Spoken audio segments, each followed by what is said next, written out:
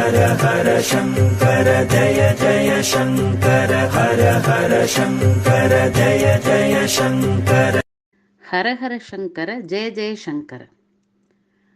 பம்பாயில் இருந்த கணபதிராம் என்பவரும் அவரது மனைவியும் பெரியவாளின் பரம பக்தர்கள். பெரியவாள் பாதுகையில் கற்கள் எடுத்து பதிக்க வேண்டும் என்பதற்காக தனது வைரத்தோட்டையே கொடுத்தவர்கள். ஒரு ஆபரேஷன் செய்து கொள்வதற்காக மனைவியுடன் கணபதிராம் 1 மாத காலம் சென்னைக்கு வந்து தங்க வேண்டியிருந்தது. புறப்படும் முன் அவர் மனைவி, பெரியவாளுக்கு 1 மாதம் பூஜை இல்லாமல் போகுமே என்று கவலைப்பட்டார்.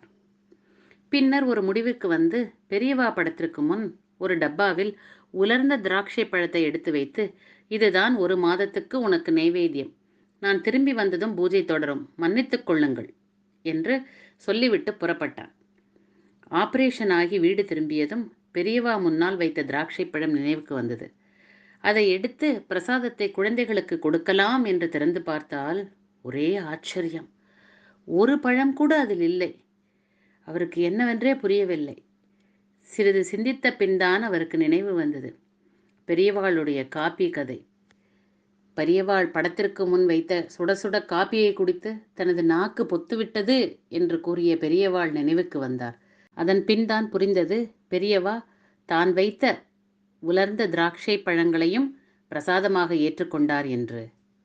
நம்பிக்கையுடன் இருந்தால் நமக்கும் இப்படிப்பட்ட அதிசயங்கள் நடக்கும். நம்பிக்கைதான் வேண்டும். ஹரஹர சங்கர ஜெய ஜெய சங்கர. ஹர ஹர சங்கர ஜய ஜய சங்கர ஹர ஹர சங்கர ஜய ஜய சங்கர.